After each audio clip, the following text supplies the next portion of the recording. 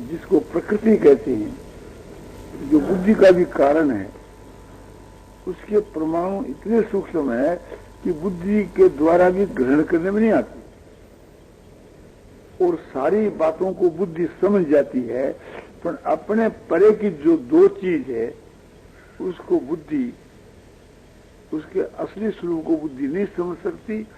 बुद्धि उसमें प्रवेश होकर के, शामिल होकर के और उस चीज को बुद्धि ऐसा समझती। जैसे सतोगुण, रजोगुण, तमोगुण, ये तीन गुण है। इन तीनों गुणों की जो साम्यावस्था है वो प्रकृति है, और जो भिन्न अवस्था है तब गुण है। तो इन गुणों को किसी के साथ में जोड़ने से ही ये गुण समझ में आते हैं, और इनका जो केवल जो स्वरूप है वो बुद्धि के द्वारा समझ में नहीं आता। लोगों की बुद्धि के बीच के वहां जो एक ज्ञान है, चेतनता है, ये सतोगुण को कार्य है, जिसको हम लोग प्रकाश कहते हैं। नेत्रों को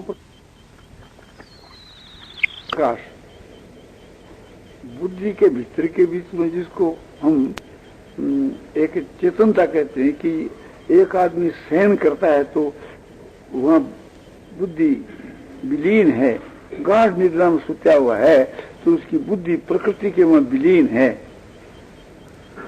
सपने में तो मन बुद्धि रहते हैं, किंतु गाढ़ निद्रा के समय में, सुसुप्ति अवस्था में मन बुद्धि उससे विलीन हो जाते हैं अपने कारण के वहां। तो उसको मोह कहते हैं, मोह है। तो वो मोह क्या है कि वो तमोगुण का कार्य है। और जितनी जो चेष्टा है, क्रिया, बाहर की नहीं, भीतर की क्रिया, बाहर की क्रिया भी प्रवृत्ति मात्र समझो कि रजोगुण कोई स्वरूप है, पर वो मोटो स्वरूप है रजोगुण को। और रजोगुण को वो सूक्ष्म एक प्रकार से स्वरूप कहा जा सके, और समझाने के लिए नहीं, स्वरूप रजोगुण को ऐसा समझाया नहीं जा सके। अपने हृदय के वहां जो फूरना हुए है, कोई भी बात के वास्ते अपने मन में प्रवृत्ति हुई कि यहां से ऊपर चलो, या एक मन के वहां संकल्प हो, तो मन में एक प्रवृत्ति वही मानसिक जो सूक्ष्म प्रवृत्ति, वो रजोगुण को कार्य है। इस वास्ते बने कार्य होने से रजोगुण कह दो, किंतु रजोगुण को ऐसा स्वरूप नहीं है। तो यही कहा जा सके, कार्य से ही वह कारण समझाया जा सके।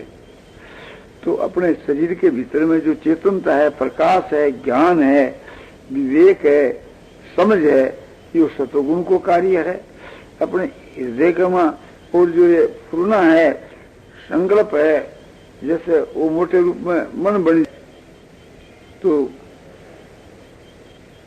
तीसरी पीढ़ी में आकर के मन बने है। बुद्धि के भीतर के बीच के वहां जो क्रिया है, वो क्रिया है, वो रजोगुण है। और बुद्धि के भीतर के बीच में जो मोह है, निद्रा को जो अंश है, आलस्य है, ये तमोगुण को कार्य।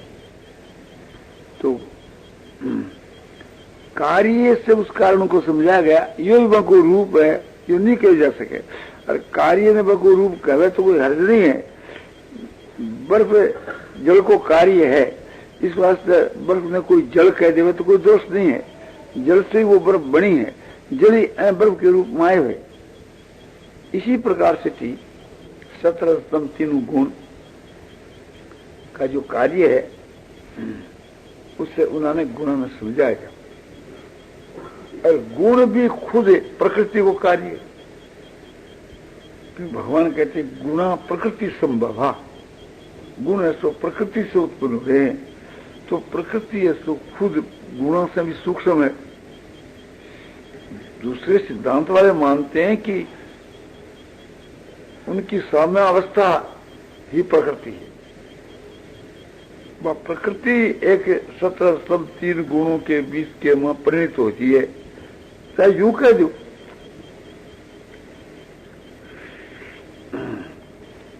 प्रकृति का जो परमाणु संस्कार उस गुणों से भी सूक्ष्म है।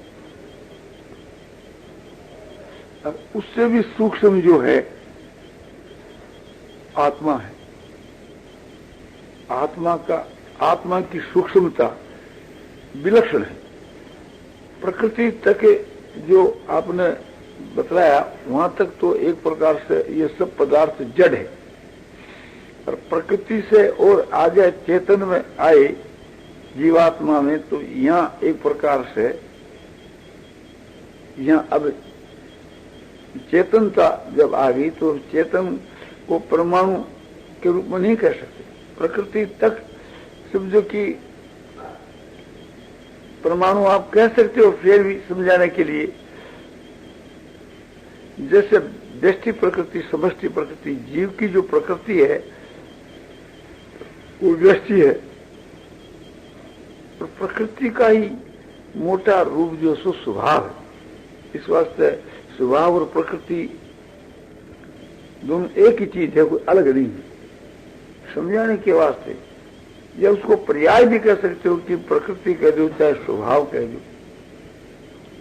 तो एक तो जीव को स्वभाव है, एक ईश्वर को स्वभाव है। तो ईश्वर को जो स्वभाव है वो तो समष्टि है, जीव को स्वष्टि है। ईश्वर की प्रकृति और जीव की प्रकृति, तो जीव की प्रकृति है वो दूषित होती है, ईश्वर की प्रकृति है सो शुद्ध हो। तो प्रकृति को फर्क होगा ना, इस वास्ते में विभाग हो गए। और जीव ऐसो नाना है और जीवात्मा बहुत है और परमात्मा एक ही है। तो जीवात्मा की जो एक प्रकार से नाना संज्ञा है वो शरीर के संबंध से है। और शरीर स्थूल सूक्ष्म कारण तीनों ही शरीर जो है वो प्रकृति का विकार है, प्रकृति का कार्य है। समझाने के वास्ते बताया जाता है, किंतु जड़ के द्वारा चेतन को समझाना बहुत ही कठिन है। जैसे आकाश है निराकार है और आकाश के मां बादल है वो साकार है, तो बादल की जूं तो शरीर समझो और आकाश की जूं आत्मा समझो। तो एक बादल का जो टुकड़ा, उस एक बादल के टुकड़े के बीच के मां जल के करोड़ों परमाणु हो सके, जल के परमाणु जो करोड़ों हो सके एक इंची में, इंची भर के बादल के टुकड़े में करोड़ों परमाणु जल के हो सकते हैं। वो जल के परमाणुओं का समूह ही बादल है। उसका एक एक परमाणु जो है सो अपना अपना अलग है, आपने सो सता रखे। तो एक जो जल को परमाणु है वो भी तो आकाश में है ना। तो आकाश को एक से विभाग नहीं, अविभक्ति है आकाश, किंतु वे जल का नाना परमाणु मान ले वहां, तो वे समझो कि लाखों करोड़ों परमाणु जल के जो जिस आकाश में है अपने अपने स्थान पर, वो आकाश का स्थान उसके साथ में संबंध रखे। तो ऐसे आकाश की जो अनंत जो चेतन जो सच्चिदानंद पूर्ण ब्रह्म जो परमात्मा है, उसमें इनका जो कारण जो शरीर है वो एक परमाणु की जो वो कारण शरीर ही फिर सूक्ष्म बने, सूक्ष्म से ही स्थूल बने। सूक्ष्म शरीर के 17 तत्व माने गए हैं, 10 इंद्रियां और 5 प्राण और मन और बुद्धि, ये 17 तत्व है। अहंकार बुद्धि के अंतर्गत है, इस वास्ते उसको अलग नहीं लिया। इस 17 तत्वों का समूह है, वो सूक्ष्म शरीर है जो इस शरीर से निकल दूसरे शरीर में जाता है, दिखता नहीं, वो हवा से भी सूक्ष्म है, इस वास्ते वो नहीं दिखता। प्राण जो है मैं को हवा की जो स्वरूप है, तो हवा भी नहीं दिखती, और वो तो एक प्रकार से कारण शरीर तो इन सब से सूक्ष्म है, मन बुद्धि से उससे सबसे। तो ऐसा जो ईश्वर की जो माया, प्रकृति, स्वभाव, उसका एक परमाणु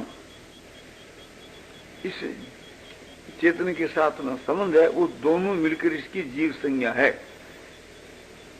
अलग अलग किया जावे तो वो कारण शरीर है और वो एक प्रकार से शुद्ध चेतन आत्मा है। शुद्ध चेतन जो आत्मा है उस अंश को तो कहते हैं कूटस्थ व्यष्टि चेतन, और उसका व्यष्टिपन उस कारण शरीर के संबंध से ही है, नहीं तो उसका विभाग हो नहीं सके। तो कारण शरीर के साथ में जो चेतन है व्यष्टि चेतन, वो दोनों मिलकर उसको जीव कहते हैं, जीवात्मा उसका नाम है। कारण शरीर के संबंध रखता हुआ जीवात्मा का जो स्वरूप है उस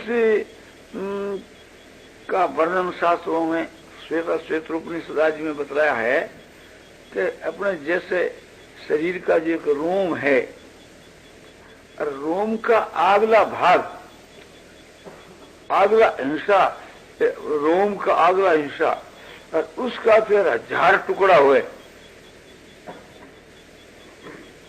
इस तरह से मैं कुछ जीव की परमाणु मान्यो, तो वो जीव को जो स्वरूप के मान्यो कि इस प्रकार सूक्ष्म है कारण शरीर जीव को, अब से ही को विभाग हो सके। तो ऐसो सूक्ष्म है सो अणु को भी वो अणु जिक्र जीवात्मा का, तो जीवात्मा को तो विभाग हो नहीं, वो तो कोई बतला नहीं सके, किंतु वो कारण शरीर को एक विभाग के विभाग से तीव्र की जीव संज्ञा कर करके के और मैंने व्यष्टि चेतन संज्ञा करी। तो वह व्यष्टि चेतन और वो कारण शरीर दोनों मिलकर के की संज्ञा हुई जीवात्मा। बनाने अलग कर दिया जाए, समझ तोड़ दिया जावे, तो वो तो प्रकृति के वहां मिल जाए, वो परमात्मा मिल जाए। आत्मा जो है वो तो परमात्मा कौन से ममई वांसो जीव लोके जीव भूते सनातन।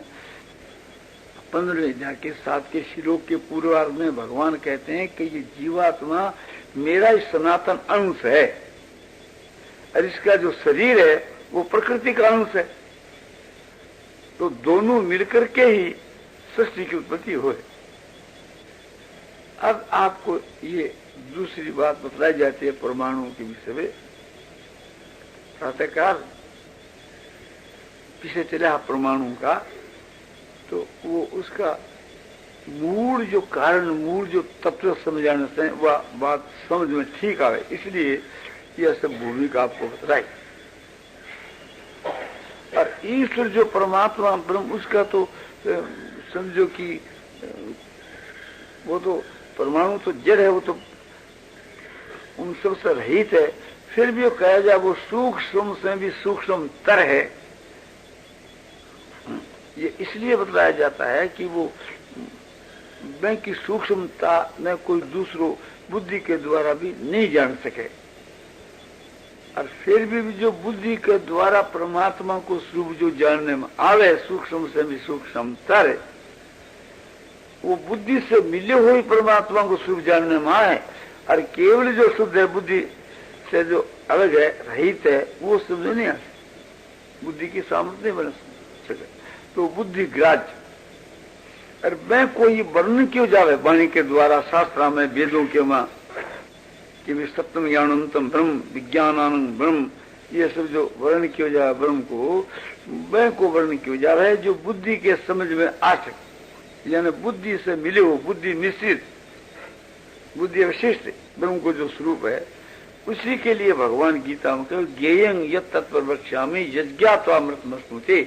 मैं जानने में आने वाला जो परमात्मा का स्वरूप है, जिसका नाम ज्ञेय है, वो तेरे को मैं कहूंगा, जिसको तू जान करके अमृत को प्राप्त हो जाएगा। अमृत के नाम से जो बात कही गई है वो ब्रह्म का शुद्ध केवल स्वरूप है, निर्विशेष स्वरूप है, निर्गुण निराकार है। और बुद्धि के ग्रहण करने में आवे वो निर्गुण निराकार नहीं है, वो सगुण निराकार। ये जो यहाँ वर्णन है कवियं पुराण मनुशासिता है, ये जो बतलाया हमें अभी 8वें अध्याय का 9 का श्लोक है, ये एक प्रकार सगुण निराकार, जिसको अधिक के नाम से कहा गया। अरे निर्गुण निराकार को किस नाम से कहेगा? अक्षरं ब्रह्म परमं, अक्षरं ब्रह्म परमं। परम जो अक्षर है वो ब्रह्म है। अक्षर माने जो क्षय हुए, अक्षर जो कदे विनाश को नहीं हुए, पतन को नहीं हुए, अभाव को नहीं हुए, अदृश्य को नहीं हुए, वो सदा सर्वदा अपने एक रस एक रूप के में सदा ही मौजूद है, वो अक्षर है। और मैंने परम इस वास्ते कहो, जीवात्मा को नाम भी तो अक्षर है। द्वाविभू पुरुषो लोके अक्षर एव च अक्षरस्रवाणी भूतानि कूटस्थोक्षर उच्यते। संसार में दो पुरुष, एक अक्षर और एक अक्षर, तो सारे भूत प्राणी वो तो अक्षर है, जीवात्मा वो अक्षर है। तो इस वास्ते परम अक्षर,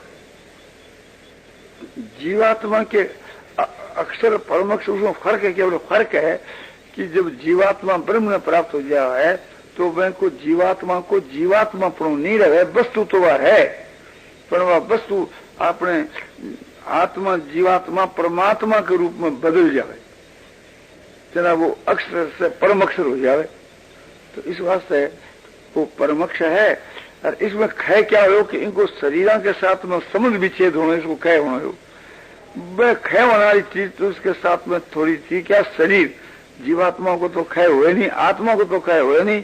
और वह जीव भाव तो वह के संबंध से समझा, वह से संबंध विच्छेद हो, तो वो एक प्रकार से आपने वह क्षय होने वाली चीज थी। और ब्रह्म के बीच में कोई क्षय होने वाली चीज नहीं है।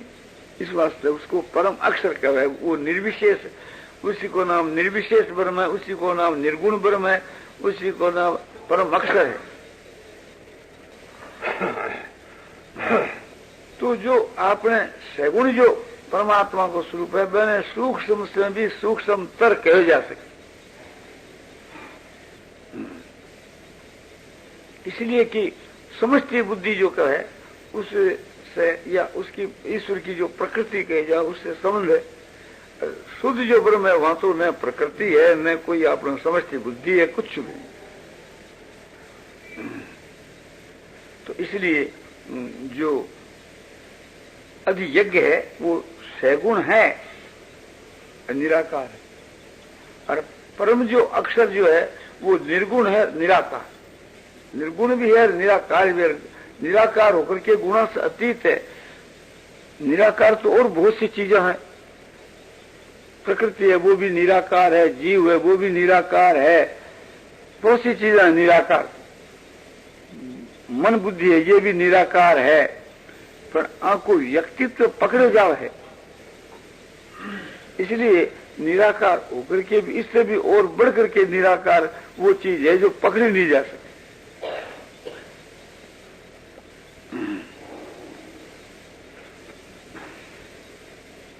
तो अब आपको और सब परमाणुओं की बात बतलाई जावे, अर्थ का अपने सिद्धांत बतला दियो, जैसे आप समझ सको कि भी ये परमाणु की चीज है। परमाणुओं को समूह ही अनुभव है, जिसके बीच के वहां इतनी शक्ति भरी जावे कि जिससे हजारों आदमियों को विनाश कर डाले। अब ख्याल करना चाहिए, अब जो ये विषय है परमाणुओं को, इनको तो बड़ो विस्तार है, ये कोई 2-4 मिनट में नहीं कहे जा सकते। वो तो कम से कम इसके लिए 1 घंटा की दरकार। तो ये आपने एक सिद्धांत बतला दी। संसार में जितने पदार्थ है सबके परमाणु, जड़ जो प्रकृति है उसी का जो सूक्ष्म से सूक्ष्म जो एक प्रकार से परमाणु है वो अपने बुद्धि का परमाणु है। और बाकी उसके बाद जितने जो परमाणु है वो उससे मोटा, वो उससे स्थूल, वो उससे स्थूल, ऐसा परमाणु। जितनी बीमारियां हैं उनके सबके परमाणु हैं। जितना जो स्वभाव है उन सबके परमाणु है। कर्मों की क्रिया के सब परमाणु है। पदार्थों के सबके परमाणु है। भावों के परमाणु, हृदय के जो भाव है वो एक हृदय में स्थित हृदय के भावों के परमाणु है। भाव के भी दो भेद है, मोटे दो भेद, दुर्भाव और सद्भाव। क्षमा, दया, शांति, समता, संतोष, सरलता, ये जितने जो उत्तम उत्तम जो गुण है वो सद्भाव रूप परमाणु है। और दुर्भाव क्या है कि काम, क्रोध, लोभ, मोह, अहंकार, राग, द्वेष, जितने जो दुर्गुण है ये दुर्गुण रूप अपने परमाणु है। ऐसे ही क्रिया रूप परमाणु, क्रिया के भी अच्छे और बुरे दोनों भेद है। जिसको हम पाप कर्म कहते हैं वो बुरी क्रिया है, जिसको हम शास्त्रविद कहते हैं वो सात्विक क्रिया है। तो ये सब जो समझो कि यज्ञ है, दान है, तप है, सेवा है, तीर्थ है, व्रत है, ये इत्यादि के जो आपने तीर्थ करना, व्रत करना जिसके साथ में लग जाए वो क्रिया हो जाए। ये बाहर की क्रिया। और भीतर की क्रिया मानसिक क्रिया हो, जिससे संकल्प विकल्प है तो ये क्रिया है, पर ये मन की क्रिया है, ये मानसिक प्रमाण। और भाव को भाव है, ये बुद्धि के प्रमाण, ये सूक्ष्म परमाणु बुद्धि के प्रमाण। तो गुण युक्त, भाव युक्त, क्रिया युक्त, पदार्थ युक्त, ये सब अलग अलग परमाणु। ये और सब जितने पदार्थ है तो इसी प्रकार से थी। ये प्रकृति जो है जड़, उसका मोटा रूप आया वो हुआ अज्ञान, उसका और मोटा रूप आया तामसी अंश का, वो हो गया समझो कि अंधकार। तो नेत्रों का जो विषय है वो प्रकाश और अंधकार दोनों अलग अलग, बुद्धि का जो विषय है वो अलग अलग, ज्ञान और अज्ञान। प्रकृति और पुरुष के साथ में मुकाबला चेतन के साथ में, वो जड़ चेतन। तो जीवात्मा चेतन और प्रकृति जड़। जीवात्मा की जो बुद्धि है एक प्रकार से उसमें दो चीज, ज्ञान और अज्ञान। इसी तरह से थी हमारे नेत्र, उनके दो विषय, अंधकार और प्रकाश। तो ये तीनों है, जड़ है, और तीनों ही एक प्रकार से तमोगुण रूप है। जो अज्ञान है और प्रकृति का तम भाव है वो, और जो अंधकार है ये सब एक प्रकार से तमोगुण है। और क्रिया जो है बाहर की क्रिया, मन की क्रिया, और समझो कि प्रकृति के में भी क्रिया होती रहे। तो ये तीनों क्रिया जो है सो रजोगुण से। और बुद्धि जो है, और समझो कि अपने चेतन जो आत्मा है, और बुद्धि जो है, और जो दृष्टि जो है, प्रकाश जो है, ये सब एक प्रकार से थी, ये सतोगुण का समूह है। तो इस प्रकार से इनको समझ करके इनके परमाणुओं को विशेष रूप से थी विस्तार से समझने की जरूरत है। तब आपको मालूम हो जाएगा कि भी संघ का जो गुण और दोष किस तरह से ये संसार में है। परमाणु की दृष्टि से परमात्मा, प्रकृति और महाभूतों का तात्विक विषय का निरूपण पूज्य श्री जयदयाल जी गोविंद का द्वारा मिति पौष कृष्णा तृतीया संवत 2013 तदनुसार तारीख 20 दिसंबर 1956 को प्रातः काल 8 बजे सम्मान्य श्री घनश्याम दास जी जालान के घर पर साहेबगंज गोरखपुर में किया गया।